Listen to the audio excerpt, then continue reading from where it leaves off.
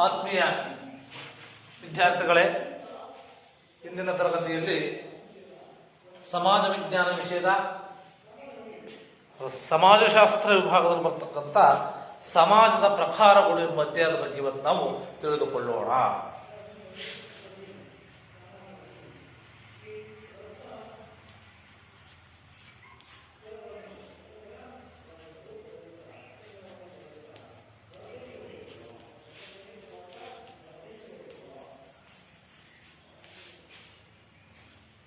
ಅದರಲ್ಲಿ ಪ್ರಮುಖವಾಗಿ ಈ ಒಂದು ಅಧ್ಯಾಯದಲ್ಲಿ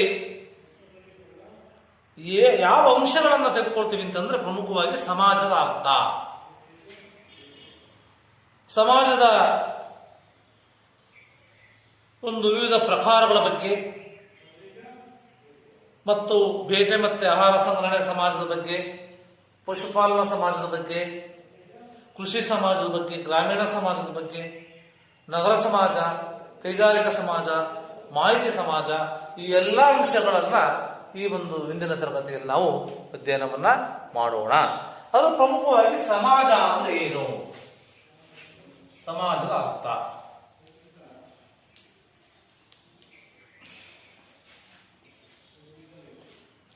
ಸಮಾಜಶಾಸ್ತ್ರ ಅಧ್ಯಯನದಲ್ಲಿ ಸಮಾಜವು ಪ್ರಧಾನ ಅಧ್ಯಯನ ವಸ್ತು. ಮಾನವ ಸಮಾಜವನ್ನ ವೈಜ್ಞಾನಿಕವಾಗಿ ಅಧ್ಯಯನವನ್ನು ಮಾಡಲಿಕ್ಕೆ ರೂಪಿಸಲ್ಪಟ್ಟಂತಹ ಒಂದು ಶಾಸ್ತ್ರವೇ ಸಮಾಜಶಾಸ್ತ್ರ. ವೈಜ್ಞಾನಿಕವಾಗಿ ಏನು ಮಾಡಬೇಕು, ಅಧ್ಯಯನ ಮಾಡಬೇಕು ಮಾನವ ಸಮಾಜವನ್ನು, ಅದನ್ನೇ ಸಮಾಜಶಾಸ್ತ್ರ ಅಂತ ಕರಿತೀವಿ. ವ್ಯಕ್ತಿ ಮತ್ತು ಸಮಾಜ ಒಂದೇ ನಾಣ್ಯದ ಎರಡು ಮುಖಗಳು.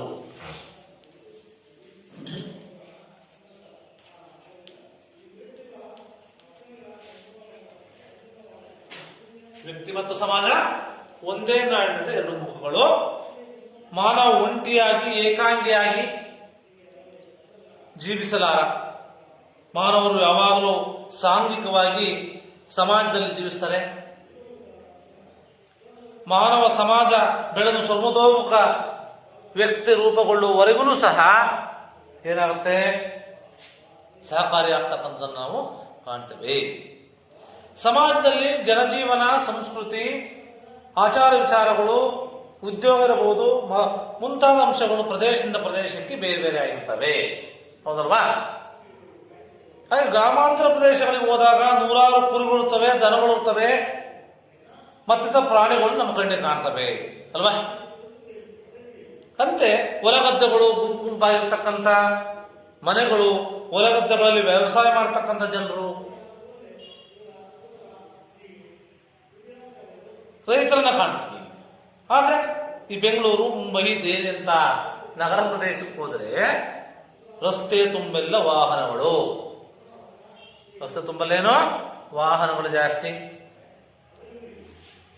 ದಟ್ಟವಾಗಿರ್ತಕ್ಕಂಥ ಜನಸಂಖ್ಯೆ, ಜನಸಂದಣಿ, ವಿಶಾಲವಾಗಿರ್ತಕ್ಕಂಥ ಬಡಾವಣೆಗಳು, ಕೊಳಚೆ ಪ್ರದೇಶಗಳು, ಕಾರ್ಖಾನೆಗಳು, ಎತ್ತರವಾಗಿರ್ತಕ್ಕಂಥ ಕಟ್ಟಡಗಳನ್ನು ಮಾತ್ರ ನಾವು ನೋಡ್ತೀವಿ. ಅಲ್ಲಿ ದೊಡ್ಡ ದೊಡ್ಡ ಸಂಸ್ಥೆಗಳನ್ನು ಕಾಣ್ತೀವಿ,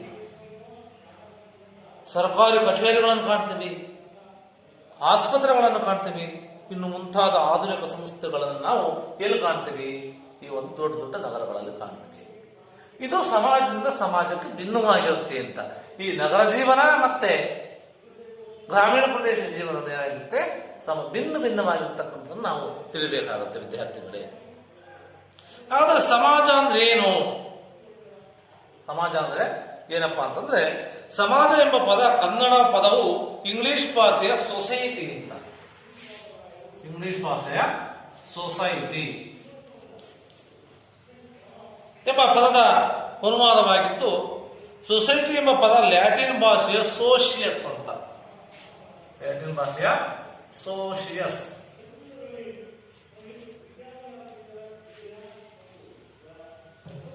ಇಂದ ಬಂದಿದ್ದೀವಿ. ಹೀಗಂದ್ರೆ ಏನಪ್ಪಾ ಅಂತಂದ್ರೆ ಒಡನಾಟತನ. ಸೋಷಿಯಸ್ ಅಂದ್ರೇನೋ ಒಡನಾಟತನ, ಗೆಳೆತನ ಅಂತ ಅರ್ಥ. ಅಂದ್ರೆ ಒಡನಾಟದಿಂದ ಒಗ್ಗೂಡತಕ್ಕಂಥ ಸಮಾಜವೇ ಒಗ್ಗೂಡತಕ್ಕಂಥ ವ್ಯವಸ್ಥೆಯೇ ಸಮಾಜ.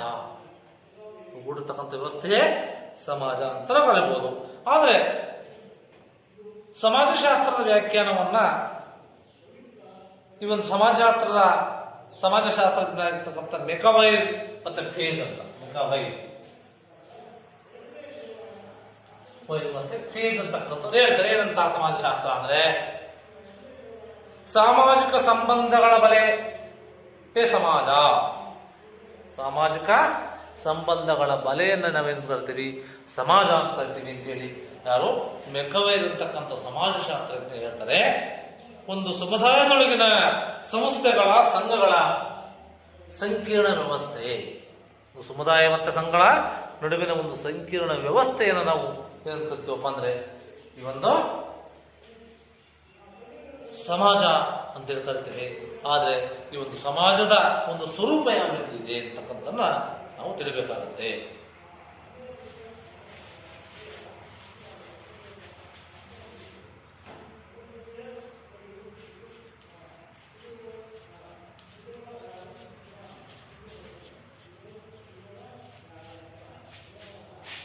ಸಮಾಜದ ಸ್ವರೂಪದಲ್ಲಿ ಪ್ರಮುಖವಾಗಿ ಸಮಾಜವು ಸಮೂಹಗಳ ಸಮೂಹವಾಗಿದೆ.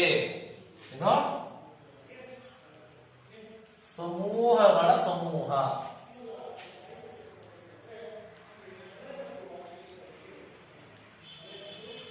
ಹೆಂಗಂದ್ರೆ ಸಮೂಹಗಳ ಸಮೂಹ ಅಂತ ಹೆಂಗೆ ಹೇಳ್ತೀರಿ?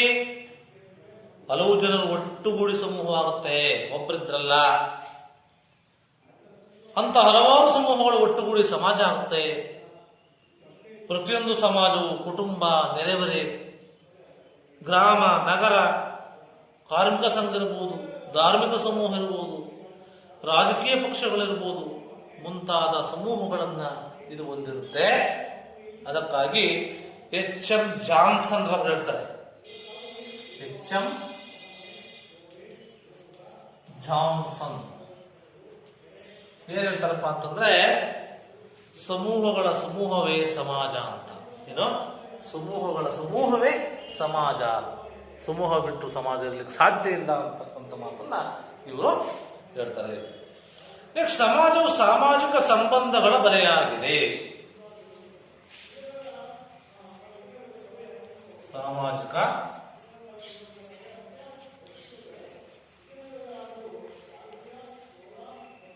ಬಲೆ ಯಾವ ರೀತಿ ಅಂತಂದ್ರೆ ಸಮಾಜವೆಂದರೆ ಕೇವಲ ಜನರ ಸಂಗ್ರಹವಲ್ಲ, ಅದು ನಿರಂತರ ಅಂತರ್ಕ್ರಿಯೆಯಲ್ಲಿ ತೊಡಗಿರ್ತಕ್ಕಂಥ ಒಂದು ಜನರ ಸಮೂಹ. ಇದರ ಸಾಮಾಜಿಕ ಸಂಬಂಧಗಳ ವ್ಯಾಪ್ತಿ ವಿಶಾಲವಾಗಿದೆ. ಉದಾಹರಣೆ, ಗುರು ಶಿಷ್ಯರು, ಪಾಲಕರು ಮತ್ತೆ ಮಕ್ಕಳು, ರೋಗಿಗಳು ಮತ್ತು ವೈದ್ಯರು, ಮತ್ತೆ ಗಂಡ ಮತ್ತೆ ಹೆಂಡತಿ ಮುಂತಾದವುಗಳಲ್ಲಿ ಇಂಥ ಸಂಬಂಧಗಳನ್ನು ನಾವೇ ಮಾಡ್ತೀವಿ, ಕಾಣ್ತೀವಿ. ಹೀಗಾಗಿ ಮೆಕವೈರ್ ಮತ್ತು ಪೇಜ್ ಅವರು ಹೇಳಿದ್ರೆ ಏನಂತ, ಸಾಮಾಜಿಕ ಸಂಬಂಧಗಳ ಬಲೆ ಸಮಾಜ ಅಂತ.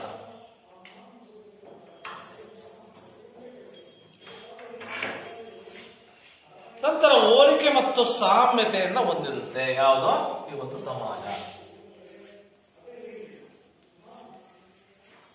ಹೋಲಿಕೆ ಮತ್ತೆ ಸಾಮ್ಯತೆ.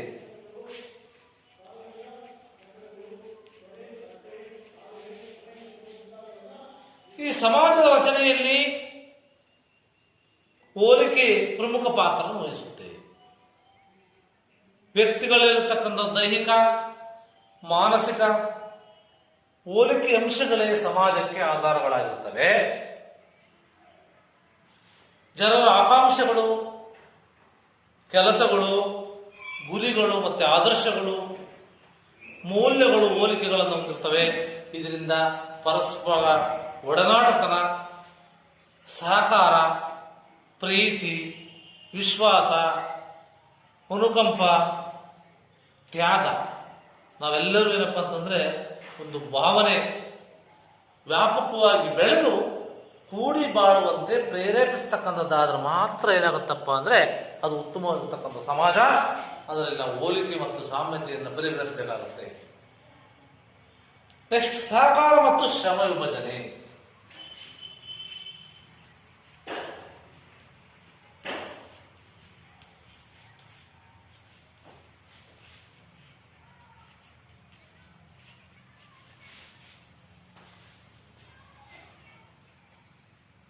ಸಹಕಾರ ಅಂದರೆ ಜನರು ಸಮಾನ ಉದ್ದೇಶ ಈಡೇರಿಕೆಗೆ ಕೂಡಿ ದುಡಿತಕ್ಕಂಥದ್ದು. ಸಹಕಾರ ಮನೋಭಾವನೆ ಇರುವುದರಿಂದಲೇ ಸಮಾಜದಲ್ಲಿ ಒಬ್ಬರಿಗೊಬ್ಬರು ತಮ್ಮ ಸುಖ ದುಃಖಗಳಲ್ಲಿ ಭಾಗಿಯಾಗ್ತಾರೆ. ಇದರ ಆಧಾರದಲ್ಲಿ ಶ್ರಮ ವಿಭಜನೆ ಸಾಮಾನ್ಯ ಕಾರ್ಯವನ್ನ ತಮ್ಮೊಳಗೆ ಹಂಚಿಕೊಂಡು ದುಡಿತಕ್ಕಂಥದ್ದು.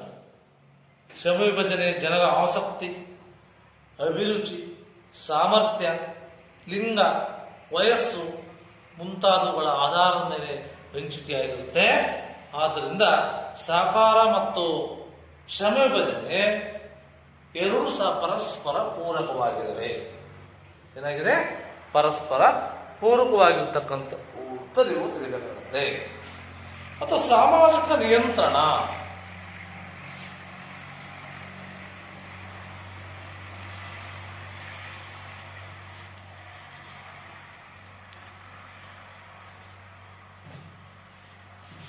ಸಮಾಜವು ತನ್ನದೇ ಆದಂತಹ ರೀತಿ ನೀತಿಗಳನ್ನ ಬೆಳೆಸಿಕೊಂಡಿರುತ್ತೆ. ಆಧುನಿಕ ಸಂಕೀರ್ಣ ಸಮಾಜವು ಶಾಸನ, ಸಂವಿಧಾನವನ್ನು ಹೊಂದಿ ಜನರ ವರ್ತನೆಗಳನ್ನ ಔಪಚಾರಿಕ ಮಾಧ್ಯಮಗಳ ಮೂಲಕವಾಗಿ ಅನೌಪಚಾರಿಕ ಮಾಧ್ಯಮಗಳಾಗಿರ್ತಕ್ಕಂಥ ನೈತಿಕ ನಿಯಮಗಳು, ಲೋಕೋಚಾರಗಳ ಮೂಲಕ ಅದನ್ನು ನಿಯಂತ್ರಣ ಮಾಡತಕ್ಕಂಥ ಕೆಲಸವನ್ನ ಇವು ಮಾಡ್ತವೆ ಅಂತಕ್ಕಂಥನ್ನ ಇವೆಲ್ಲ ತಿಳಿಬೇಕಾಗುತ್ತೆ. ಮತ್ತು ಸಮಾಜ ಗತಿಶೀಲವಾದದ್ದು ಅಂತ. ಸಮಾಜ ಗತಿಶೀಲವಾದದ್ದು ಯಾವ ರೀತಿ? ಸಮಾಜ ಯಾವಾಗಲೂ ಪರಿವರ್ತನಾಶೀಲವಾದದ್ದು.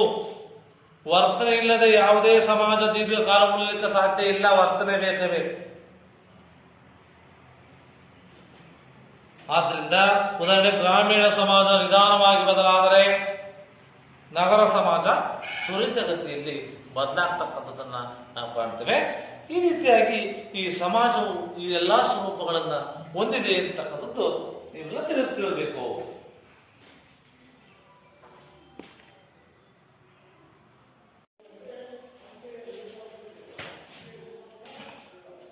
ನಂತರ ಸಮಾಜದ ಮಹತ್ವ ಮತ್ತು ಪ್ರಾಮುಖ್ಯತೆ. ಸಮಾಜದಿಂದ ಏನು, ಅದರಿಂದ ಅನುಕೂಲ ಏನಾಗುತ್ತದೆ? ಸಮಾಜ ಇದೆ, ಸಮಾಜ ಇಷ್ಟೆಲ್ಲ ಸ್ವರೂಪವನ್ನು ಹೊಂದಿದೆ ಅಂತಂದ ಮೇಲೆ ಅದರಿಂದ ಯಾರು ಅನುಕೂಲ ಆಗ್ಬೇಕಲ್ಲ? ಏನು ಅನುಕೂಲಗಳು? ಅದರ ಪ್ರಾಮುಖ್ಯತೆ ಏನು?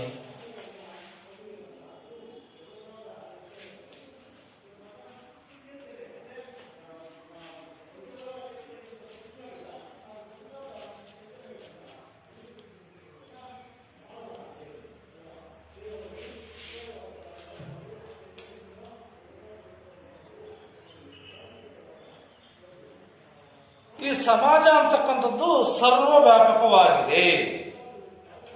ಏನಾಗಿದೆ? ಸರ್ವವ್ಯಾಪಕ.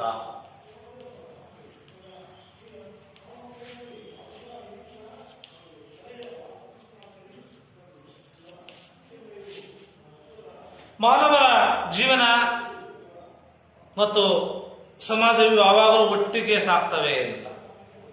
ಯಾಕಪ್ಪ ಅಂದ್ರೆ ಮಾನವನ ಜೀವನ ಸುಗಮವಾಗಿ ಸಾಗತಕ್ಕಂತೆ ಮಾಡ್ತಕ್ಕಂಥದ್ದು ಯಾವುದಪ್ಪ ಅಂತಂದ್ರೆ ಸಮಾಜ. ಯಾವುದೇ ಒಬ್ಬ ವ್ಯಕ್ತಿಯ ದೃಷ್ಟಿಯಲ್ಲಿ ಹೇಳುವುದಾದ್ರೆ ಸಮಾಜ ಹುಟ್ಟುವಿಕೆಗಿಂತ ಮೊದಲೇ ಸಾವಿನ ಅನಂತರವೂ ಸಹ ಬದುಕಿರುತ್ತೆ. ಆದ್ರಿಂದ ಸಮಾಜ ಯಾವಾಗಲೂ ಸಹ ನಿರಂತರ ಮತ್ತು ಸರ್ವವ್ಯಾಪಕ, ಯಾವಾಗಲೂ ನಿಂತ ನೀರಾಗಿರುವುದಿಲ್ಲ. ಅದೇನಾಗಿರುತ್ತಪ್ಪ ಅಂದ್ರೆ ಹರಿತಕ್ಕಂಥ ನೀರಾಗಿರುತ್ತೆ. ಮತ್ತೆ ನೆಕ್ಸ್ಟ್ ಏನದು? ರಕ್ಷಣೆ ಮತ್ತು ಸಂಪೋಷಣೆಗೆ ಅಗತ್ಯವಾಗಿರ್ತಕ್ಕಂಥ ರಕ್ಷಣೆ ಮಾಡುತ್ತೆ. ನಾವು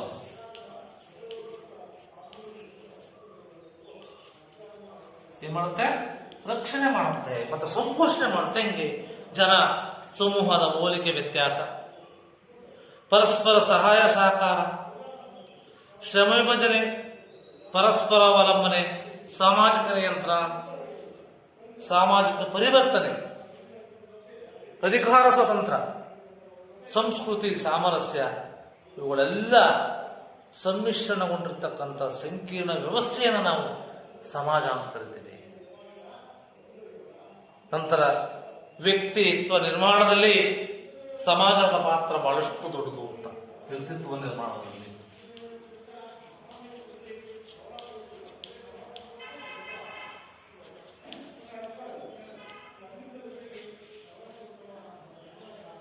ಸಮಾಜವು ನಮ್ಮ ಜೀವನದ ದಿಕ್ಕು ದೆಸೆಗಳನ್ನ ಗೊತ್ತು ಗುರು ನಿರ್ಧಾರ ಪಡ್ತಕ್ಕಂಥದ್ದು. ಮಾನವ ಸಮಾಜ ಗುಣಗಳನ್ನು ಬೆಳೆಸಿಕೊಳ್ತಕ್ಕಂಥದ್ದು ಸಮಾಜದಿಂದಲೇ. ಸಮಾಜ ನಮ್ಮ ಪ್ರತಿಭೆಯ ಪ್ರಕಟಣೆಗೆ ಸೂಕ್ತ ಅವಕಾಶವನ್ನು ಕೊಡುತ್ತೆ, ಕಲ್ಪಿಸಿಕೊಡುತ್ತೆ. ಜೊತೆಗೆ ನಮ್ಮ ಮಾನವ ಸಮಾಜ ದೌರ್ಬಲ್ಯಗಳನ್ನ ದೋಷಗಳನ್ನ ಅದಮ್ಯ ಬಯಕೆ ಆಕಾಂಕ್ಷೆಗಳನ್ನೇ ಮಾಡುತ್ತಪ್ಪ ಅಂದ್ರೆ ನಿಯಂತ್ರಣದಲ್ಲಿರ್ತಕ್ಕಂಥ ಕೆಲಸವನ್ನು ಮಾಡುತ್ತೆ, ಸಾಧನವಾಗಿ ಕೆಲಸ ಮಾಡುತ್ತೆ.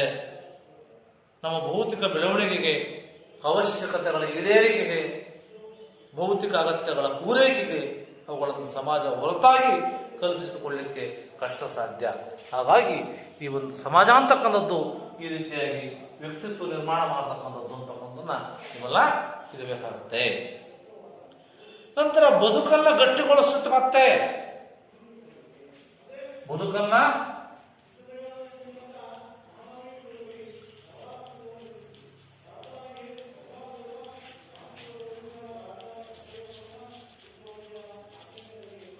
ಹೆಂಗ್ ಬದುಕು ಗಟ್ಟಿಗೊಳಿಸುತ್ತೆ? ಸಮಾಜವೆಂಬ ವಿಶಾಲ ವ್ಯವಸ್ಥೆ ನಮ್ಮ ಜೀವನವನ್ನು ಸಂಪೂರ್ಣವಾಗಿ ಆವರಿಸಿದೆ. ಅದು ನಮ್ಮನ್ನ ಕೇವಲ ಹೊರಗಿನಿಂದ ಆವರಿಸುವುದು ಮಾತ್ರವಲ್ಲ, ಅದು ನಮ್ಮ ಮನಸ್ಸಿನ ಆಳವನ್ನು ಏನ್ ಮಾಡುತ್ತೆ, ಬೇರಿಸುತ್ತೆ. ವ್ಯಕ್ತಿ ಮತ್ತು ಸಮಾಜ ನಡುವಿನ ಸಂಬಂಧ ಸರಳವಾದದಲ್ಲ. ಯಾಕಪ್ಪ ಅಂದ್ರೆ ವ್ಯಕ್ತಿಯ ಅನನ್ಯತೆಯನ್ನ ಚಿಂತನೆ ಮತ್ತು ಭಾವನೆಗಳನ್ನು ರೂಪಿಸಿ ಆ ಮೂಲಕ ನಮ್ಮ ಸಾಮಾಜಿಕ ಬದುಕನ್ನ ಗಟ್ಟಿಗೊಳಿಸ್ತಕ್ಕಂಥ ಮಾಡುತ್ತೆ. ಸಾಮಾಜಿಕ ಬದುಕು ಗಟ್ಟಿಯಾಗಲಿಕ್ಕೆ ಅವಕಾಶ ಮಾಡಿಕೊಡುತ್ತೆ ಅಂತಕ್ಕಂಥದ್ದನ್ನ ನೀವು ಎಲ್ಲ ಅನುಕೂಲಗಳನ್ನ, ಎಲ್ಲ ಒಂದು ಸಮಾಜದ ಮಹತ್ವವನ್ನು ನೀವು ವಿದ್ಯಾರ್ಥಿಗಳು ನೀವೆಲ್ಲ ತಿಳಿದುಕೊಳ್ಬೇಕಾಗತ್ತೆ. ನಂತರ ಈ ಸಮಾಜದ ಅರ್ಥ ಮತ್ತು ಸ್ವರೂಪದ ಮಹತ್ವ, ಪ್ರಾಮುಖ್ಯತೆ, ನಂತರ ಸಮಾಜದಲ್ಲಿರ್ತಕ್ಕಂಥ ವಿವಿಧ ಪ್ರಕಾರಗಳು ಯಾವುವೆಂದರೆ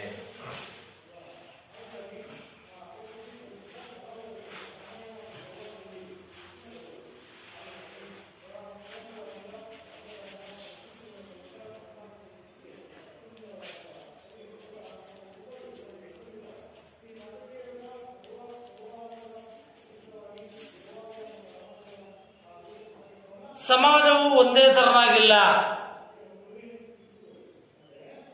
ವಿಭಿನ್ನ ಬಗೆಯ ಸಮಾಜಗಳಿವೆ ಅಂತ ಹೇಳಿದೆ. ಗ್ರಾಮೀಣ ಸಮಾಜಕ್ಕೂ ಮತ್ತೆ ನಗರ ಪ್ರದೇಶದ ಸಮಾಜಕ್ಕೂ ಬಹಳ ವ್ಯತ್ಯಾಸ ಇದೆ ಅಂತ ಹೇಳಿದೆ ನಿಮ್ಗಲ್ವಾ. ಅದೇ ರೀತಿಯಾಗಿ ಆದ್ದರಿಂದ ನಾವು ಸಮಾಜದಲ್ಲಿ ಉದ್ಯೋಗ ಮತ್ತು ದುಡಿಮೆಯ ಚಟುವಟಿಕೆಯ ಆಧಾರದ ಮೇಲೆ ವರ್ಗೀಕರಣ ಮಾಡ್ತೇವೆ.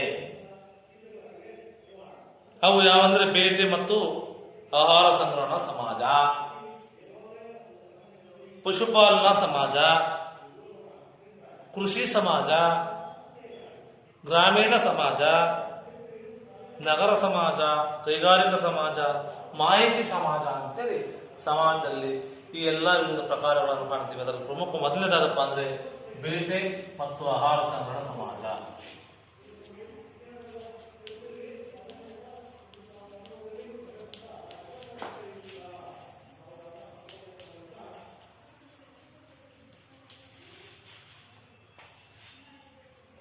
ಮಾನವ ಸಮಾಜ ವಿಕಾಸದಲ್ಲಿ ಮೊದಲನೇ ಅಂತ ಅಂದ್ರೆ ಈ ಬೇಟೆ ಮತ್ತು ಆಹಾರ ಸಂಗ್ರಹಣ ಸಮಾಜ.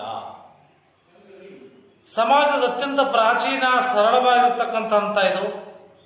ಯಾಕಪ್ಪ ಅಂತಂದ್ರೆ ಈ ಸಮಾಜವು ಚಿಕ್ಕ ಸಮುದಾಯವಾಗಿದ್ದು ಬೇಟೆಯಾಡ್ತಕ್ಕಂಥದ್ದು, ಮೀನುಗಾರಿಕೆ, ಜೇನು ಮತ್ತು ಗೆಡ್ಡೆ ಗೆಣಸುಗಳನ್ನು ಸಂಗ್ರಹಿಸ್ತಕ್ಕಂಥದ್ದು ಪ್ರಮುಖ ಕಾರ್ಯವಾಗಿದ್ದು, ಇಲ್ಲಿ ವಯಸ್ಸು ಲಿಂಗದ ತಾರತಮ್ಯ ಇಲ್ಲ. ವಯಸ್ಸು ಮತ್ತು ಲಿಂಗದ ತಾರತಮ್ಯ ಇಲ್ಲ. ಲಿಂಗದ ಆಧಾರದ ಮೇಲೆ ಈ ಒಂದು ಸ್ಥಾನಮಾನ ನಿಗದಿಯಾಗಿರುತ್ತೆ. ಸಂಪತ್ತನ್ನ ಸಂಪಾದಿಸುವ ಆಸೆ ಇರಲಿಲ್ಲ. ಯಾವಾಗ ಬೇಟೆ ಆಡ್ತಕ್ಕಂಥ ಸಮಾಜದಲ್ಲಿ ಅವ್ರಿಗೆ ಬೇಕಾಗಿದ್ದೇನಪ್ಪ ಅಂತಂದ್ರೆ ಹಂಚಿಕೊಂಡು ಬದುಕ್ತಕ್ಕಂಥದ್ದು, ಹಂಚಿಕೊಂಡು ಬದುಕ್ತಕ್ಕಂಥದ್ದು ಈ ಒಂದು ಸಮಾಜದ ಲಕ್ಷಣವಾಗಿತ್ತು. ಬೇಟೆ ಸಮಾಜದಲ್ಲಿ ಜನರು ತಮ್ಮ ಆಹಾರಕ್ಕೆ ಪ್ರಾಣಿಗಳನ್ನ ಕೊಂದು ಆಯುಧಗಳಿಂದ ಬೇಟೆ ಆಡ್ತಾ ಇದ್ರು ಆ ಒಂದು ಸಂದರ್ಭದಲ್ಲಿ ಅಂತಕ್ಕಂಥ ನೀವೆಲ್ಲ ತಿಳಿಬೇಕು. ನೆಕ್ಸ್ಟ್ ಇನ್ನೊಂದು ಪಶುಪಾಲನಾ ಸಮಾಜ.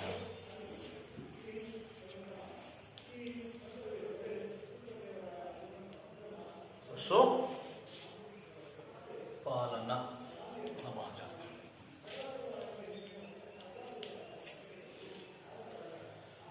ಮಾನವ ಸಮಾಜ ವಿಕಾಸದಲ್ಲಿ ಪಶುಪಾಲನೆ ಎರಡನೇ ಹಂತ.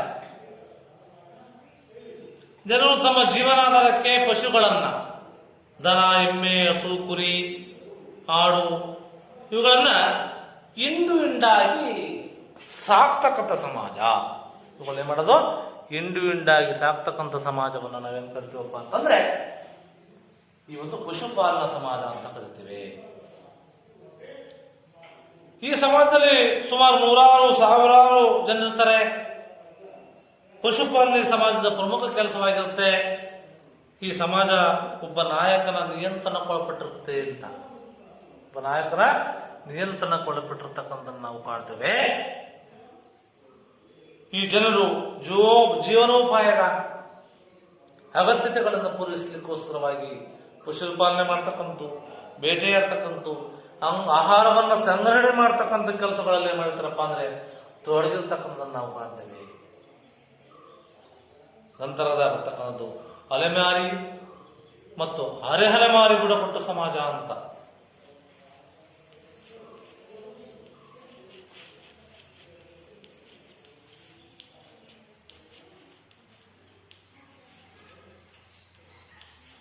ಬುಡಕಟ್ಟು ಸಮಾಜ. ಸಮಾಜಶಾಸ್ತ್ರಜ್ಞರು ಆರಂಭದಲ್ಲಿ ಪಶುಪಾಲನೆ ಹಿನ್ನೆಲೆಯವರು ಮಾತ್ರ ಅಲೆಮಾರಿ ಸಮಾಜವು ಅಂತ ಗುರುತಿಸಿದರು. ಎನ್ಸೈಕ್ಲೋಪೀಡಿಯಾ ಬ್ರಿಟಾನಿಕದ ಪ್ರಕಾರ ಅಲೆಮಾರಿ ಸಮಾಜದ ಒಂದು ಜೀವನ ವಿಧಾನ ಬೇಟೆ ಮತ್ತು ಆಹಾರ ಸಂಗ್ರಹಣೆ ಮಾಡ್ತಕ್ಕಂಥದ್ದು, ಪಶುಪಾಲನೆ ಮತ್ತು ವ್ಯಾಪಾರಕ್ಕಾಗಿ ಒಂದೆಡೆ ನೆಲೆಯೂರದೇ ಮಾಡ್ತಾ ಇದ್ರು ಅವರು. ಒಂದು ಸ್ಥಳದಿಂದ ದಿಕ್ಕುದೆಸೆ ಇಲ್ಲದೆ ಕಾಲಾನುಕ್ರಮವಾಗಿ ಒಂದು ಸ್ಥಳದಿಂದ ಮತ್ತೊಂದು ಸ್ಥಳಕ್ಕೆ ಅಲೆತಾ ಇದ್ರು.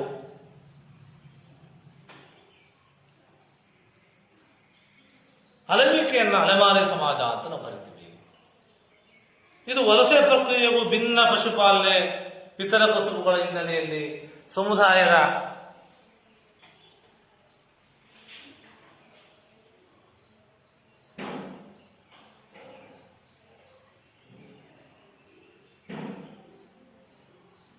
ಸಮುದಾಯಗಳಲ್ಲಿ ಸ್ಥಾಯಿಯಾಗಿ ನಿಂತರೂ ಸಹ ಪಶು ಸಂಗೋಪನೆಗಾಗಿ ಅವರು ಇತರ ಕಸುಬುಗಳನ್ನು ನಿರ್ವಹಣೆ ಮಾಡಬೇಕಾಗಿತ್ತು, ಅನಿವಾರ್ಯವಾಗಿತ್ತು. ಇಂತಹ ಸಮುದಾಯಗಳನ್ನ ನಾವು ಅಲೆಮಾರಿ ಸಮುದಾಯಗಳು ಅಂತೇಳಿ ಕರಿತೀವಿ. ಇಲ್ಲಿ ಈ ಒಂದು ಸಮುದಾಯಗಳಿರ್ತಕ್ಕಂಥ ಸಾಮಾಜಿಕ, ಶೈಕ್ಷಣಿಕ, ಆರ್ಥಿಕ ಹಾಗೂ ರಾಜಕೀಯ ಭದ್ರತೆ ಆಧಾರದಲ್ಲಿ ನಾವೇನ್ ಮಾಡ್ತೀವಪ್ಪ ಅಂದ್ರೆ ಅಲೆಮಾರಿ ಮತ್ತು ಅಲೆಮಾರಿ ಅಂತೇಳಿ ನಾವು ವಿಂಗಡಣೆ ಮಾಡ್ತಕ್ಕಂಥದ್ದನ್ನ ನಿರ್ಧಾರವನ್ನು ನಾವು ಮಾಡ್ತೇವೆ. ಇದಾದ ನಂತರ ಕೃಷಿ ಸಮಾಜ.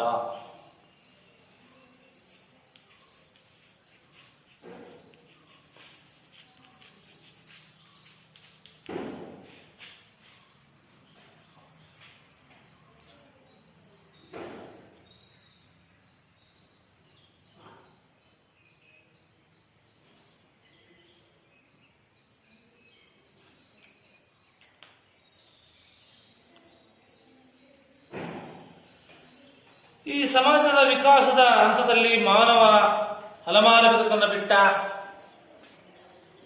ಒಂದು ಸ್ಥಳದಲ್ಲಿ ನೆಲೆಸಲಿಕ್ಕೆ ಪ್ರಾರಂಭ ಮಾಡಿದ. ಆ ಸಮಾಜ ಕೃಷಿಯನ್ನು ಅವಲಂಬಿಸಿದ ಗ್ರಾಮವಾಸಿಗಳ ಸಮೂಹವಾಯಿತು. ಹೆಚ್ಚಿನ ಜನರು ವ್ಯವಸಾಯವನ್ನು ಅವಲಂಬಿಸಿ ಬದುಕುವ ಸಮಾಜವನ್ನು ಕೃಷಿ ಸಮಾಜ ಅಂತ ಕರೆದು ವ್ಯವಸಾಯದ ಮೂಲಕ ಆಹಾರ ಉತ್ಪಾದನೆ ಕೃಷಿ ಸಮಾಜದ ಮತ್ತೊಂದು ಲಕ್ಷಣ ಅಂತಕ್ಕಂಥ ನಾವು ಕಾಣಬೇಕು. ಕೃಷಿಗೆ ಬೇಸಾಯ ಅಂತ ಕರೀತಾರೆ. ಕೃಷಿಕಾರರು, ಬೇಸಾಯಗಾರರು, ರೈತರು ಅಂತೇಳಿ ನಾವು ಕರಿತೇವೆ. ಕೃಷಿಗೆ ಹೆಚ್ಚಾಗಿ ಪ್ರಾಣಿ ಮತ್ತು ನೇಗಿಲೆಲ್ಲ ಬಳಸ್ತಾ ಇದ್ರು.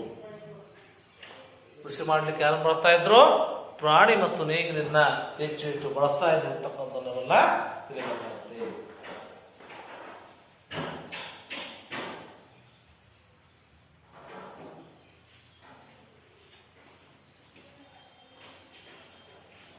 ಈ ರೀತಿಯಾಗಿ ಈ ಒಂದು ಕೃಷಿ ಸಮಾಜವನ್ನು ನಾವು ಕಾಣ್ತೇವೆ. ಭಾರತ ಎಂದರೆ ಗ್ರಾಮಗಳ ನಾಡು, ಕೃಷಿಕರ ಬೀಡು. ಭಾರತ ಅಂದರೆ ಗ್ರಾಮಗಳ ನಾಡು, ಕೃಷಿಕರ ಬೀಡು. ಹಾಗಾಗಿ ಭಾರತದ ಪ್ರಾಚೀನ ಸಾಹಿತ್ಯಗಳಲ್ಲಿ ಗ್ರಾಮಗಳ ಸಂಘಟನೆ, ಅವುಗಳ ಆಡಳಿತ ವಿಷಯವಾಗಿ ಹಲವು ವಿವರಣೆಗಳನ್ನು ಕಾಣ್ತೇವೆ. ಋಗ್ವೇದದಲ್ಲಿ ಗ್ರಾಮದ ಮುಖ್ಯಸ್ಥನಿಗೆ ಗ್ರಾಮಸ್ಥ ಅಂತ ಕರೀತೀವಿ. ಗ್ರಾಮದ ಮುಖ್ಯಸ್ಥನಿಗೆ ಗ್ರಾಮಸ್ಥ.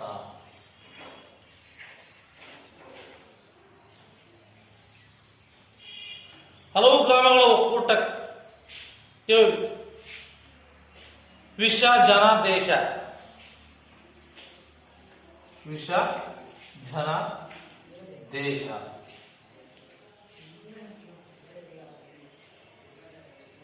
ಎಂಬ ಆಡಳಿತ ವಿಂಗಡಣೆ ಇತ್ತು. ಮಹಾಭಾರತದಲ್ಲಿ ಗ್ರಾಮಸ್ಥರಿಗೆ, ಗ್ರಾಮದ ಮುಖ್ಯಸ್ಥರಿಗೆ ಗ್ರಾಮೀಣ ಅಂತ ಕರಿತಾ ಇದ್ರು.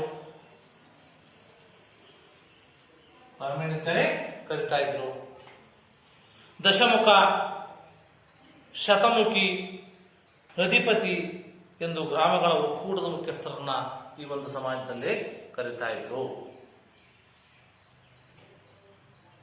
ನಂತರ ಮಾನವ ಸಮಾಜ ಗ್ರಾಮ ಎಂಬ ತೊಟ್ಟಿನಲ್ಲಿ ವಿಕಾಸವಾಯಿತು ಎಂಬತಕ್ಕಂಥ ಬೋಗಾರ್ಡರ್ಸ್ ಅಂತೇಳಿ ಎಂಬ ಅಭಿಪ್ರಾಯ ಪಡ್ತಾರೆ. ಗ್ರಾಮ ಎಂಬುದು ಅತ್ಯಂತ ಪ್ರಾಚೀನ ನೆಲೆಯಾಗಿದ್ರೂ ಸಹ ಅದನ್ನು ಅರ್ಥಪೂರ್ಣವಾಗಿ ವ್ಯಾಖ್ಯಾನಿಸಬಹುದು ಸಾಧ್ಯವಾಗಿಲ್ಲ. ಬೋಗಾರ್ಡ್ಸ್ ಅವರೆಂಬ ಶಾಸ್ತ್ರದ ಪ್ರಕಾರ ಕಡಿಮೆ ಜನಸಾಂದ್ರತೆಯುಳ್ಳ, ಸರಳ ಮತ್ತು ಮಿತವಾಗಿರ್ತಕ್ಕಂಥ ಜೀವನ ಸಾಗಿಸುವ, ಪ್ರಾಥಮಿಕ ಸಂಬಂಧಗಳನ್ನು ಇರ್ತಕ್ಕಂಥ ಕುಟುಂಬಗಳ ಒಕ್ಕೂಟವನ್ನು ನಾವು ಗ್ರಾಮ ಸಮುದಾಯ ಅಂತ ಕರಿತೇವೆ. ಈ ಸಾಮಾಜಿಕ ವ್ಯವಸ್ಥೆಯಲ್ಲಿ ಸಾಮಾಜಿಕರಣ ಮತ್ತು ಸಾಮಾಜಿಕ ನಿಯಂತ್ರಣಗಳು ಸಮರ್ಥವಾಗಿ ಕಾರ್ಯನಿರ್ವಹಿಸುತ್ತವೆ. ಕ್ರಿಸ್ತಪೂರ್ವ 3000 ಸುಮಾರಿಗೆ ನೇಗಿಲ ಸಂಶೋಧನೆಯೊಂದಿಗೆ ಕೃಷಿ ಕ್ರಾಂತಿಯಾಗುತ್ತೆ. ಗ್ರಾಮಗಳು ದೇಶದ ಜೀವನಾಡಿಗಳಿದ್ದಂತೆ. ಭಾರತದ ಸುಮಾರು 6 ಲಕ್ಷದಷ್ಟು ಇರುವ ಕೃಷಿ ಗ್ರಾಮಗಳು ಭಾರತೀಯ ಸಂಸ್ಕೃತಿ ಮತ್ತು ಪರಂಪರೆಯನ್ನು ಉಳಿಸಿವೆ. ದೇಶ ಬಹುಸಂಖ್ಯಾತ ಜನಗಳು ಇಂದಿಗೂ ಸಹ ಗ್ರಾಮಗಳಲ್ಲೇ ವಾಸ ಮಾಡ್ತಾರೆ. ಕೃಷಿ ಕ್ಷೇತ್ರದಲ್ಲಿ ತಮ್ಮ ಜೀವನೋಪಾಯವನ್ನು ಕಳೆದುಕೊಂಡಿರ್ತಕ್ಕಂಥದ್ದನ್ನು ನಾವು ಕಾಣ್ತೇವೆ. ಗ್ರಾಮೀಣ ಪ್ರದೇಶದಲ್ಲಿ 59% ಪುರುಷರು, 75% ಮಹಿಳೆಯರು ಜೀವನೋಪಾಯಕ್ಕಾಗಿ ಕೃಷಿಯನ್ನ ನೇರವಾಗಿ ಅವಲಂಬಿಸಿದರೆ ಅಂತಕ್ಕಂಥದ್ದನ್ನ ನಾವು ಈ ಒಂದು ಕೃಷಿ ಸಮಾಜದಲ್ಲಿ ವಿದ್ಯಾರ್ಥಿಗಳೇ ಅಧ್ಯಯನವನ್ನ ಮಾಡಬೇಕಾಗತ್ತೆ.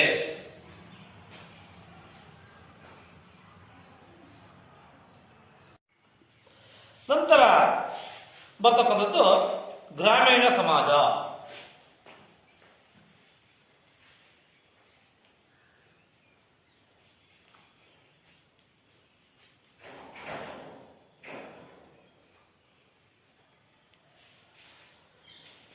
ಈ ಗ್ರಾಮೀಣ ಸಮಾಜ ಗಾತ್ರದಲ್ಲಿ ಚಿಕ್ಕದ್ದು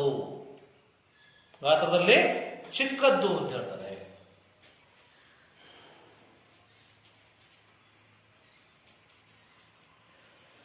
ಮ್ಯಾಕ್ಸ್ ವೆಬರ್ ಹೇಳುವಂತೆ ಬಹುಸಂಖ್ಯೆಯ ಭಾರತೀಯರು ಗ್ರಾಮವಾಸಿಗಳಾಗಿದ್ದಾರೆ. ಇದರ ಪ್ರಭಾವವನ್ನ ಜನತೆಯ ಸಾಮಾಜಿಕ ಜೀವನದ ಮೇಲೆ ನಾವು ಕಾಣ್ತೇವೆ. ಗ್ರಾಮ ಸಾಮಾನ್ಯವಾಗಿ ಚಿಕ್ಕ ಗಾತ್ರವನ್ನು ಹೊಂದಿದ್ದು ಜನಸಾಂದ್ರತೆ ದಟ್ಟವಾಗಿ ಇಲ್ಲಿ ಇರುವುದಿಲ್ಲ ಇವತ್ತು ಸಮಾಜದಲ್ಲಿ ಅಂತಕ್ಕಂಥದ್ದನ್ನ ನೀವು ತಿಳಿಬೇಕಾಗುತ್ತೆ. ನಂತರ ಪ್ರಾಥಮಿಕ ಮತ್ತು ಕೌಟುಂಬಿಕ ಸಂಬಂಧಗಳ ಪ್ರಭಾವ ಜಾಸ್ತಿ ಇದೆ ಇಲ್ಲಿ ಗ್ರಾಮೀಣ ಸಮಾಜದಲ್ಲಿ. ಪ್ರಾಥಮಿಕ ಮತ್ತೆ ಕೌಟುಂಬಿಕ ಸಂಬಂಧಗಳು.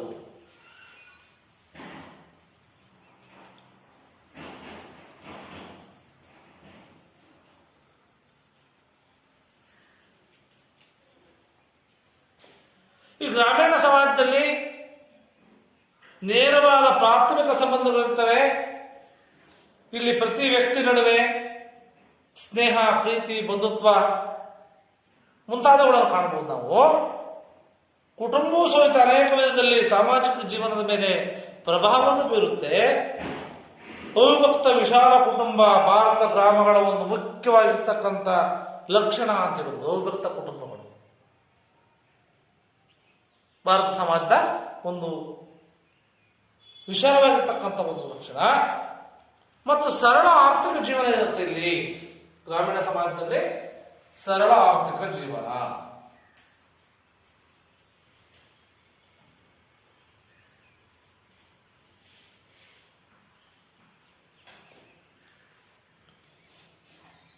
ವಿಶೇಷವಾಗಿ ಭಾರತೀಯ ವ್ಯವಸಾಯ ಕೃಷಿ ಪ್ರಕ್ರಿಯೆಯನ್ನು ಅವಲಂಬಿಸಿದೆ. ಗ್ರಾಮೀಣ ಜೀವನ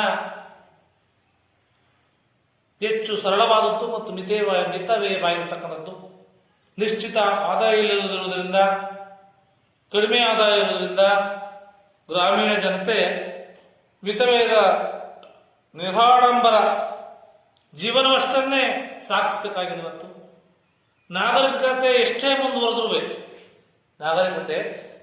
ಮುಂದುವರೆದರೂ ಸಹ ತಮ್ಮ ಪ್ರಾಚೀನ ಸಂಪ್ರದಾಯವನ್ನು ಇವತ್ತು ಬಿಟ್ಟುಕೊಟ್ಟಿಲ್ಲ ಅಂತಕ್ಕಂಥದ್ದು ಇವತ್ತು ತಿಳಿಬೇಕಾಗುತ್ತೆ.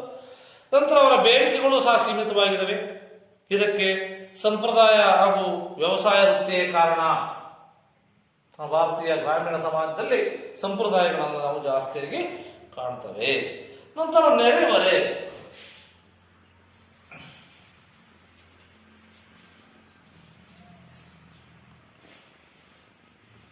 ಈ ನೆರೆಹೊರೆಯು ಗ್ರಾಮೀಣ ಸಮಾಜದಲ್ಲಿ ಒಂದು ವಿಶಿಷ್ಟವಾಗಿರ್ತಕ್ಕಂಥ ಲಕ್ಷಣ. ಯಾವ ರೀತಿಯಪ್ಪ ಅಂತಂದ್ರೆ, ಸಾರ್ವಜನಿಕ ಕಾರ್ಯಗಳಲ್ಲಿ, ಹುಟ್ಟು ಸಾವುಗಳಲ್ಲಿ, ಹಬ್ಬ ಉತ್ಸವಗಳಲ್ಲಿ ನೆರೆಯವರ ವಿಶಿಷ್ಟ ರೀತಿಯ ಕಾರ್ಯವನ್ನ ನಿರ್ವಹಿಸ್ತಕ್ಕಂಥ ನಾವು ಕಾಣ್ತೇವೆ. ಹಾಗಾಗಿ ಕರ್ನಾಟಕದಲ್ಲಿ ಕೇರಿಗಳು ಅಂತ ಗೊತ್ತಲ್ಲ, ಹಳ್ಳಿಗಳಲ್ಲಿ ಕೇರಿಗಳು ಅಥವಾ ಓಣಿಗಳು ಅಂತಾರೆ. ಮಹಾರಾಷ್ಟ್ರದಲ್ಲಿ ವಾರ್ಡ್ ಅಂತಾರೆ. ಮಹಾರಾಷ್ಟ್ರದಲ್ಲಿ ಕೇರಿಗಳು, ಓಣಿಗಳು ಎಂದರೆ ವಾರ್ಡ್ ಅಂತೇಳಿ ಕರೀತಾರೆ. ಇದೇನಪ್ಪ ಅಂತಂದ್ರೆ, ಮತ್ತೆ ಕೃಷಿ ಸಮಾಜದ ಸಾಮಾಜಿಕ ರಚನೆ ಯಾವ ರೀತಿ ಇದೆ? ಕೃಷಿ ಸಮಾಜದಲ್ಲಿ ಇರತಕ್ಕಂಥ ಪ್ರಮುಖ ಆರ್ಥಿಕ ಚಟುವಟಿಕೆ, ಅದರಲ್ಲೂ ಭೂ ಹಿಡುವಳಿ ಇರ್ಬೋದು, ಭೂಮಿಯ ಜೊತೆಗಿನ ಸಂಬಂಧಗಳು, ಕೃಷಿ ಚಟುವಟಿಕೆಯ ಆಧಾರದಲ್ಲಿ ಕೃಷಿ ಸಮಾಜವನ್ನು ನಾವು ಏನ್ ಮಾಡ್ತೀವಿ ಗುರುತಿಸಬಹುದು. ಅದರಲ್ಲಿ ಜಾಜಮಾನಿ ಪದ್ಧತಿ ಅಂತ ಕೃಷಿ ಸಮಾಜದ ಸಾಮಾಜಿಕ ರಚನೆ.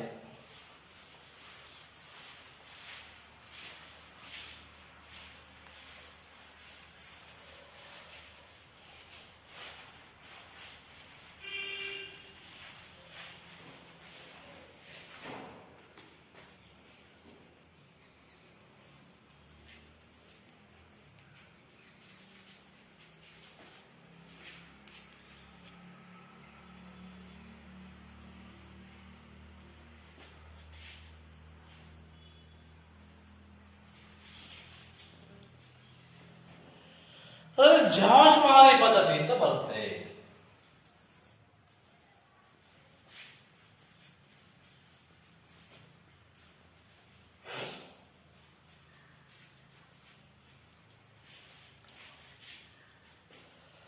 ವಾಸ್ತವವಾಗಿ ಜಾತಿ ಪದ್ಧತಿ, ಜಾಜಮಾನಿ ಪದ್ಧತಿ ಎರಡು ಒಟ್ಟಾಗಿ ಕಾರ್ಯನಿರ್ವಹಿಸ್ತವೆ ಅಂತ. ಈ ಒಂದು ಕಾಲದಲ್ಲಿ ಜಾಜಮಾನಿ ವ್ಯವಸ್ಥೆಯು ಸಮಾಜದ ಆರ್ಥಿಕ ವ್ಯವಸ್ಥೆ ಒಂದು ಅವಿಭಾಜ್ಯ ಅಂಗ.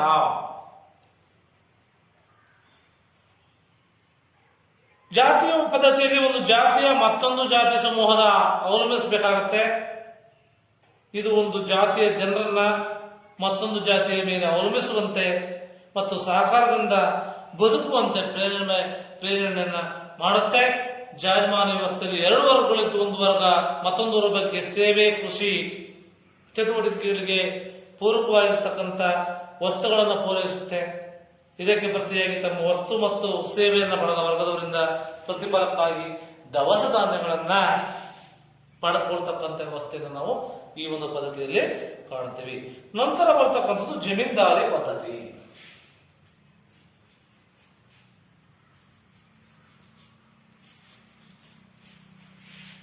ಈ ಜಮೀನ್ದಾರ ಎಂಬ ಪದ ಪರ್ಷಿಯನ್ ಭಾಷೆ. ಯಾವ ಭಾಷೆ? ಪರ್ಷಿಯನ್ ಭಾಷೆಯ ಪದವಾಗಿ ಜಮೀನನ್ನ ಹೊಂದಿರುವವನು ಎಂಬ ಅರ್ಥವನ್ನು ಕೊಡುತ್ತೆ. ಯಾರು ಜಮೀನನ್ನು ಹೊಂದಿರ್ತಾನೆ ಅವನೊಂದು ಅರ್ಥ ಕೊಡುತ್ತೆ. ಈ ಜಮೀನ್ದಾರಿ ಪದ್ಧತಿಯಲ್ಲಿ ಉಗಮವನ್ನು ದೆಹಲಿ ಸುಲ್ತಾನ ಕಾಲದಲ್ಲಿ, ನಾವು 14ನೇ ಶತಮಾನದಲ್ಲಿ ಒಂದು ದೆಹಲಿ ಸುಲ್ತಾನ ಕಾಲದಲ್ಲಿ ಕಾಣ್ತಾ ಇದ್ದವು. ಜಮೀನ್ದಾರ ಎಂಬ ಪದ ಒಂದು ಪ್ರದೇಶದ ಮುಖ್ಯಸ್ಥ ಎನ್ನುವ ಅರ್ಥದಲ್ಲಿ ರಜಪೂತರು ಹೊಂದಿದಂಥ ರಾಯ್ ಮತ್ತು ರಾಣ ಎಂಬ ಬಿರುದುಗಳು ಜಮೀನ್ದಾರ ವರ್ಗದ ಲಕ್ಷಣಗಳಾಗಿದ್ದವು ಎಂಬುದನ್ನು ನಾವು ತಿಳಿಬೇಕಾಗುತ್ತೆ. ಮೊಘಲರ ಆಳ್ವಿಕೆಯ ಪ್ರಾರಂಭದ ವೇಳೆಗೆ ಸಮಾಜದಲ್ಲಿ ಜಮೀನ್ದಾರರು ಪ್ರಬಲ ವರ್ಗವಾಗಿ ಉದಯಿಸಿದರು. ಜಮೀನ್ದಾರಿ ಎಂಬ ಪದ ಬಳಕೆ ಸಾಮಾನ್ಯವಾಗಿ ಮೊಘಲರ ಕಾಲದಲ್ಲಿ ರೂಢಿಗೆ ಬಂತು. ಆದರೆ ಅಕ್ಬರನ ಕಾಲದಲ್ಲಿ ರೈತರ ಫಸಲಿನಲ್ಲಿ ನೇರ ಪಾಲುದಾರನಾಗಿರುವ ಯಾವುದೇ ರೀತಿಯ ಆನುವಂಶಿಕ ಹಕ್ಕನ್ನ ಪಡೆದ ವ್ಯಕ್ತಿಗೆ ಈ ಪದವನ್ನು ಅಧಿಕೃತವಾಗಿ ಬಳಸತೊಡಗಿತು. ಆದ್ದರಿಂದಲೇ 17ನೇ ಶತಮಾನದಲ್ಲಿ ಜಮೀನ್ದಾರಿ ಪದ್ಧತಿ ಪದ ಬಲವಾಗಿ ಪ್ರಚಾರಕ್ಕೆ ಬಂತು ಅಂತಕ್ಕಂಥದ್ದನ್ನ ನಾವು ತಿಳಿಬೇಕಾಗುತ್ತೆ. ನಂತರ ರೈತವಾರಿ ಪದ್ಧತಿ.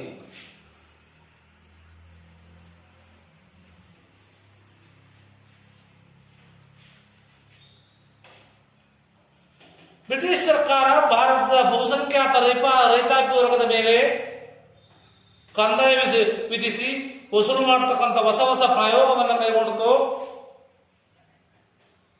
ಆದ್ದರಿಂದ ಬ್ರಿಟಿಷ್ ಸರ್ಕಾರ ಭಾರತದ ರೈತಾಪಿ ವರ್ಗದ ಮೇಲೆ ಕಂದಾಯ ವಸೂಲು ಮಾಡಲಿಕ್ಕೆ ಜಾರಿಗೆ ತಂದಂಥ ಜಮೀನ್ದಾರಿ ಪದ್ಧತಿ ರೈತರನ್ನ ಶೋಷಣೆ ಮಾಡಲಾಯಿತು. ಇದರಿಂದ ಭಾರತ ಬಹುಸಂಖ್ಯಾತ ರೈತರು ಈ ಜಮೀನ್ದಾರಿ ಪದ್ಧತಿಯಿಂದ ಶೋಷಣೆಯಿಂದ ಮುಕ್ತವಾಗಿ ಏನ್ ಮಾಡಿದ್ರಪ್ಪ ಅಂತಂದ್ರೆ ರೈತರ ಆಸ್ತಿಯ ಮೇಲೆ ಹಕ್ಕನ್ನು ನೀಡತಕ್ಕಂಥ ಸಲುವಾಗಿ ಕೋರ್ಟ್ ಆಫ್ ಡೈರೆಕ್ಟ್ 1817ರಲ್ಲಿ ರೈತವಾರಿ ಪದ್ಧತಿ 1817ರಲ್ಲಿ ರೈತವಾರಿ ಪದ್ಧತಿಯನ್ನು ಜಾರಿಗೆ ತಂತು. ನಂತರ ಮಹಲ್ವಾರಿ ಪದ್ಧತಿ.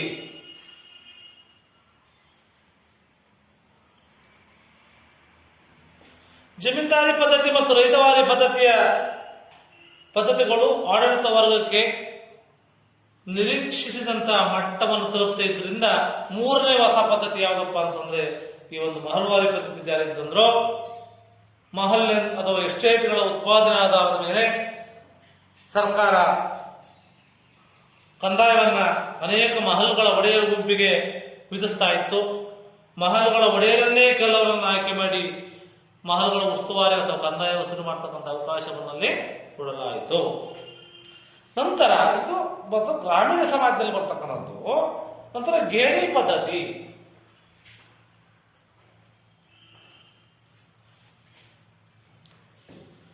ಭೂ ಮಾಲೀಕರಿಂದ ಸಾಗುವಳಿ ಭೂಮಿಯನ್ನ ಪಡೆದವರಿಗೆ ಗೇಣಿದಾರರು ಅಂತ ಹೆಸರು. ಗೇಣಿದಾರರಲ್ಲಿ ಶಾಶ್ವತ ಹಕ್ಕಿನ ಗೇಣಿದಾರರು ಮತ್ತು ತಾತ್ಕಾಲಿಕ ಹಕ್ಕಿನ ಗೇಣಿದಾರರು ಎಂಬ ಎರಡು ಪ್ರಕಾರಗಳಿದ್ದವು. ಶಾಶ್ವತ ಹಕ್ಕಿನ ಗೇಣಿದಾರರು ತಾವು ಉಳುವ ಭೂಮಿಯ ಮೇಲೆ ಸ್ವಲ್ಪ ಹಕ್ಕನ್ನು ಪಡೆದಿದ್ರು. ಆದರೆ ತಾತ್ಕಾಲಿಕ ಹಕ್ಕಿನ ಗೇಣಿದಾರರು ತಾವು ಉಳುಮೆ ಮಾಡುವ ಭೂಮಿಯ ಮೇಲೆ ಹಕ್ಕನ್ನು ಹೊಂದಿರಲಿಲ್ಲ. ಆದ್ದರಿಂದ ಭೂಮಾಲೀಕರು ಭೂಮಿಯನ್ನು ಕಿತ್ತುಕೊಂಡು ಬೇರೆಯವರಿಗೆ ಕೊಡ್ತಾ ಇದ್ರು. ಆದ್ರಿಂದ ಈ ಅನಾನುಕೂಲಗಳನ್ನ ಸರಿಪಡಿಸಲಿಕ್ಕೋಸ್ಕರವಾಗಿ ಈ ಒಂದು ಸರ್ಕಾರ ಮಾಡ್ತಪ್ಪ ಅಂತಂದ್ರೆ ಗೇಣಿ ನಿಯಂತ್ರಣ ಕಾನೂನುಗಳನ್ನು ಜಾರಿಗೆ ತರುವುದರ ಮೂಲಕ ಈ ಭೂ ಸುಧಾರಣೆ ಅಂತ ಕರೆದಿರಲ್ಲ, ಭೂ ಸುಧಾರಣೆ.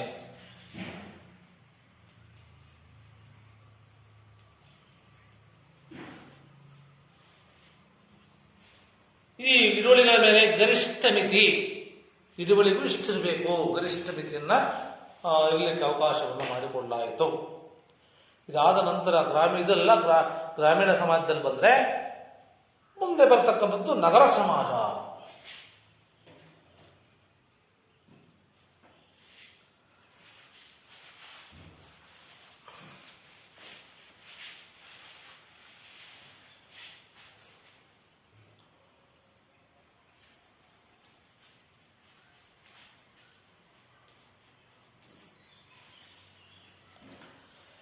ನಗರ ಸಮಾಜ ಮಾದರಿ ಎನಿಸಿದೆ, ಜೊತೆಗೆ ಅಷ್ಟೇ ಸಂಕೀರ್ಣವೆನಿಸಿದೆ. ನಗರ ಜೀವನದ ತೀವ್ರ ಜನಸಂಖ್ಯೆಯಿಂದ ವಿವಿಧ ಸಾಂಸ್ಕೃತಿಕ, ಔದ್ಯೋಗಿಕ, ರಚನಾತ್ಮಕ ಭಿನ್ನತೆಗಳು, ಲಕ್ಷಣಗಳನ್ನು ತನ್ನೊಳಗೆ ರೂಢಿ ಮಾಡಿಕೊಳ್ತಕ್ಕಂಥದ್ದು ಸಹಜವೆನಿಸಿದರೂ ಸಹ ನಗರ ಸಮಾಜದ ಗಾತ್ರ ಹೆಚ್ಚಾದಂತೆ ಅಲ್ಲಿನ ವೈಪರೀತ್ಯ ಬೆಳವಣಿಗೆಯು ಜೀವನವನ್ನೇ ಒಂದು ರೀತಿಯ ಸಮಸ್ಯೆ ಹೆಚ್ಚಿಗೆ ತಡೆದುಕೊಳ್ಳುತ್ತೆ ಅಂತಕ್ಕಂಥದ್ದನ್ನು ನೀವು ಅರ್ಥ ಮಾಡ್ಕೋಬೇಕು. ಇವುಗಳ ನಡುವೆ ನಗರದ ಜೀವನ ಯಾವತ್ತೂ ಸ್ವಾಗತಾರ್ಹವಾದುದು ಇತಿಹಾಸದ ಪುಟಗಳಿಂದ, ಪ್ರಸ್ತುತ ಪ್ರಕ್ರಿಯೆಗಳಿಂದ ಕಂಡುಬರುತ್ತೆ. ಇತ್ತೀಚೆಗಂತೂ ನಗರ ಸಮುದಾಯದ ಬೆಳವಣಿಗೆ, ನಗರ ಸಮಾಜದ ಅಭಿವೃದ್ಧಿಯ ಚಟುವಟಿಕೆಗಳು ಆಶಾದಾಯಕವಾಗಿದ್ದಾವೆ. ಆಧುನಿಕ ಸಮಾಜವು ನಗರ ಸಮಾಜವಾಗಿ ನವೀಕರಣಗೊಂಡು ಇವತ್ತು ಸಂಕೀರ್ಣ ಸಮಾಜವಾಗ್ತಕ್ಕಂಥದ್ದನ್ನು ನಾವು ಇವತ್ತು ಕಾಣ್ತಾ ಇದ್ದೀವಿ. ಭಾರತದಲ್ಲಿ ಈ ನಗರ ಜೀವನ ನಿನ್ನೆಯದಲ್ಲ. ವಿಶ್ವದಲ್ಲಿ ಅತಿ ಪುರಾತನ ನಾಗರಿಕತೆ ಹೊಂದಿದ್ದಂತಹ ನಗರ ಜೀವನ ರೂಪಿಸಿಕೊಂಡ ಇದು ಮೆಸೊಪೊಟೇಮಿಯಾ, ಈಜಿಪ್ಟ್ ನಾಗರಿಕತೆ. ನಂತರದಲ್ಲಿ ಸಿಂಧೂ ಕೊಳದಲ್ಲಿ ಹೊರಹೊಮ್ಮಿದಂತಹ ಅತ್ಯುನ್ನತ ನಾಗರಿಕತೆ, ನಗರ ಜೀವನವನ್ನು ಅಭಿವೃದ್ಧಿಪಡಿಸಿದಂತಹ ಕೀರ್ತಿ ಈ ಹರಪ್ಪ ಮತ್ತು ಮೆಹಂಜದಾರೋ, ಲೋಥಾಲ್, ಕಾಲಿಬಂಗನ್, ಹೀಗೆ ಅನೇಕ ದೊಡ್ಡ ಚಿಕ್ಕ ನಗರ ಸಮುದಾಯವನ್ನು ನೀವೆಲ್ಲ ಕೇಳಿದಿರಿ. ಹುಟ್ಟುವಾಗಿದ್ದ ಕೀರ್ತಿ ನಮ್ಮದು. ನಾಗರಿಕತೆ ಮತ್ತು ನಗರ ಜೀವನ ಒಂದಕ್ಕೊಂದು ಪರಸ್ಪರ ಪೂರಕ. ಆದರೆ ನಾಗರಿಕತೆ ಬೆಳವಣಿಗೆಯಲ್ಲಿ ನಗರ ಜೀವನ ಏನಪ್ಪ ಅಂತಂದ್ರೆ ಹೊರಹೋಗ್ತಕ್ಕಂಥದ್ದನ್ನು ನಾವು ನೋಡ್ತೀವಿ ಇಲ್ಲಿ. ಆದ್ರಿಂದ ಬೆಳವಣಿಗೆ ಜೀವನ ಹೊರಹೊಮ್ಮುತ್ತದೆ, ಅದು ಅಸ್ತಿತ್ವಕ್ಕೆ ಬರ್ತಾ ಇದೆ ಅಂತಕ್ಕಂಥದ್ದನ್ನ ತಿಳಿಬೇಕು. ನಂತರ ಕೊನೆಯದಾಗಿ ಈ ಒಂದು ಕೈಗಾರಿಕಾ ಸಮಾಜ, ಸಮಾಜದ ಪ್ರಕಾರಗಳಲ್ಲಿ ಯಾವುದು ಕೈಗಾರಿಕಾ ಸಮಾಜ.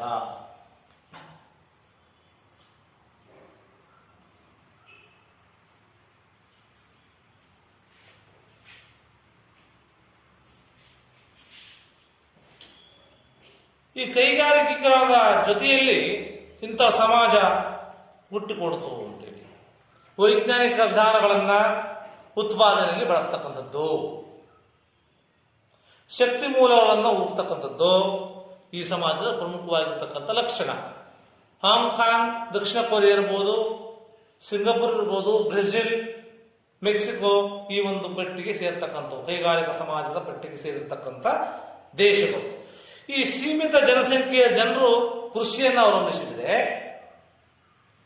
ಬಹುತೇಕ ಜನರು ನಗರ ಪಟ್ಟಣಗಳಲ್ಲಿ ಕೈಗಾರಿಕೆಯನ್ನು ಅವಲಂಬಿಸಿರ್ತಕ್ಕಂಥದ್ದನ್ನು ನಾವು ಕಾಣ್ತೀವಿ. ಈ ಕೈಗಾರಿಕಾ ಸಮಾಜದಲ್ಲಿ ಉತ್ಪಾದನೆ ಮಾನವನ ಶ್ರಮದಿಂದ ನಡೆಯದೆ ಯಂತ್ರಚಾಲಿತ ತಾಂತ್ರಿಕತೆಯಿಂದ ನಡೆಯುತ್ತಾ ಇರುತ್ತೆ. ಇಲ್ಲಿ ಉತ್ಪಾದನೆ ಅಗಾಧ ಪ್ರಮಾಣದಲ್ಲಿರುತ್ತೆ. ಇದು ಶ್ರಮ ವಿಭಜನೆ ಹೆಚ್ಚಾಗಿ ಅವಲಂಬಿಸಿರುತ್ತೆ. ಕೈಗಾರಿಕಾ ಕ್ರಾಂತಿಯ ಪರವಾಗಿ ಸಮಾಜದಲ್ಲಿ ಉತ್ಪಾದನಾ ಪ್ರಕ್ರಿಯೆಗಳು ಸ್ಥಿತ್ಯಂತರಕ್ಕೊಳಪಡ್ತವೆ. ಇದರ ಫಲವಾಗಿ ಮಾನವನ ಶ್ರಮಾಧಾರಿತ ಕೈಗಳಿಂದ ಉತ್ಪಾದನಾ ಕ್ರಮ ಯಾಂತ್ರಿಕತೆಗೊಳಪಡಿತು. ಪ್ರಾರಂಭಿಕ ಹಂತದಲ್ಲಿ ಅಭ್ಯಾಧಾರಿತ ಯಂತ್ರಗಳ ಮೂಲಕ ಉತ್ಪಾದನೆ ನಡೀತಾ ಇತ್ತು, ಪ್ರಾರಂಭಗೊಂಡಿತು. ನಂತರದಲ್ಲಿ ವಿದ್ಯುತ್ ಚಾಲಿತ ಯಂತ್ರಗಳು ಬಂದು ನಂತರ ಕೈಗಾರಿಕೆ ವ್ಯವಸ್ಥೆಯಲ್ಲಿ ಬೃಹತ್ ಪ್ರಮಾಣದಲ್ಲಿ ರೂಪಿಸಿವೆ. ಟೆಕ್ಸ್ಟೈಲ್ ಯಾಂತ್ರಿಕತೆ, ಹತ್ತಿ ನೂಲು ತಯಾರಿಕೆ ಮತ್ತು ಬಟ್ಟೆ ತಯಾರಿಕೆ ವಿಸ್ತರಣೆ ಮಾಡ್ತಕ್ಕಂಥದ್ದು. ವಿಸ್ತರಿಸುವ ಮೂಲಕ ಪ್ರಾರಂಭಗೊಂಡು ಏನಾಯಿತು, ಇಂದು ಕಲ್ಲಿದ್ದಲಿನ ಮೂಲಕ ಬೃಹತ್ ಪ್ರಮಾಣದ ಬೈಲಾರ ಮೂಲಕ ಕಬ್ಬಿಣವನ್ನ ಏನ್ ಮಾಡ್ತಕ್ಕಂಥದ್ದು, ಕರಗಿಸ್ತಕ್ಕಂಥ ಹಂತಕ್ಕೆ ಹೊತ್ತು ನಮ್ಮ ಕೈಗಾರಿಕೆ ಮುಂದೆ ನಿಂತಿದ್ದಾವೆ ಅಂತಕ್ಕಂಥ ನೀವು ತಿಳಿಬೇಕಾಗುತ್ತೆ.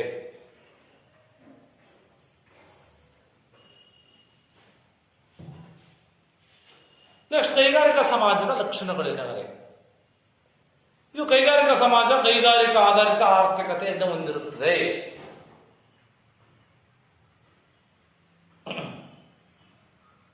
ನಂತರ ದುಡಿಮೆಯಲ್ಲಿ ವೃತ್ತಿಪರತೆ ಇರುತ್ತೆ. ಮತ್ತೆ ಸಾರಿಗೆ ಮತ್ತು ಸಂಪರ್ಕವನ್ನ ಈ ಒಂದು ಸಮಾಜದಲ್ಲಿ ಬಳಸ್ತೀವಿ ಜಾಸ್ತಿಯ, ಮತ್ತು ವಲಸೆ ಹೆಚ್ಚಳ ಜಾಸ್ತಿ ಇರುತ್ತೆ ಅಂತಕ್ಕಂಥದ್ದನ್ನ ನೀವು ತಿಳಿಬೇಕಾಗುತ್ತೆ. ಈ ರೀತಿಯಾಗಿ ವಿದ್ಯಾರ್ಥಿಗಳೇ, ಇಂದಿನ ತರಗತಿಯಲ್ಲಿ ಈ ಒಂದು ಸಮಾಜದ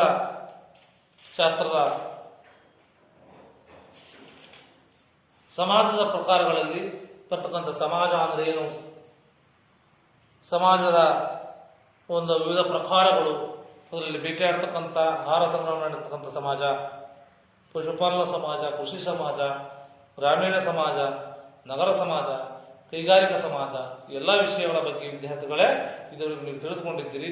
ಎಲ್ಲರಿಗೂ ಥ್ಯಾಂಕ್ಸ್.